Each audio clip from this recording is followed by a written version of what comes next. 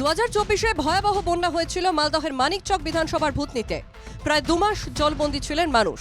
উত্তর চণ্ডীপুর গ্রাম পঞ্চায়েতের উপপ্রধানের অভিযোগ, সেই সুযোগে ত্রাণ সামগ্রী ভুয়ো বিল তৈরি করে প্রায় 45 লাখ টাকা আত্মসাৎ করেছেন প্রধান অর্চনা মণ্ডল, বাসুদেব মণ্ডল নামে পঞ্চায়েতের এক কর্মী।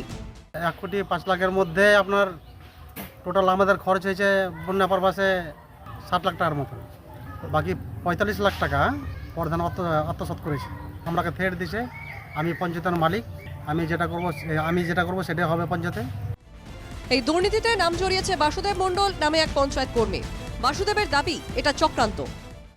যেহেতু প্রধান উপপ্রধানের রাজনৈতিক বিষয়টা জড়িয়ে যাচ্ছে, এটা মাননীয় এমএলএ সাহেব, বিডিও সাহেব এই ব্যাপারে ডেকেছেন, কিন্তু সুরাহা করার চেষ্টা করেছে ওদের মতভেদ। দুর্নীতির টাকায় ভাগ পায়নি যারা, তৃণমূলের সেই সমস্ত নেতাই প্রধানের বিরুদ্ধে মুখ খুলেছে, অভিযোগ বিজেপির। তৃণমূলেরই একাংশ কিছু মেম্বার প্রধান টাকা দিয়েছে, তার হয়ে আছে।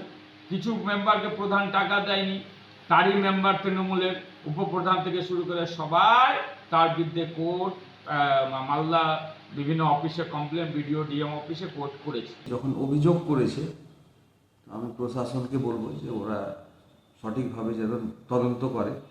আর যদি কোনো দুর্নীতি থাকে, তো যারাই দুর্নীতির সঙ্গে জড়িত আছে তাদের উচিত ব্যবস্থা নেবে প্রশাসন।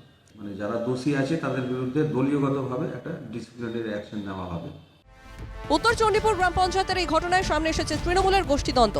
উপপ্রধান সহ 13 জন তৃণমূল সদস্য প্রধানের বিরুদ্ধে দুর্নীতির প্রশ্নে সরব। বিষয়টি গড়িয়েছে আদালতে। মানিকচকের বিডিওকে 3 মাসের মধ্যে এই ঘটনা সম্পর্কিত তথ্য জমা দিতে নির্দেশ হাইকোর্টের। মালদা থেকে সুমিত ঘোষের রিপোর্ট, এনকেটিভি বাংলা।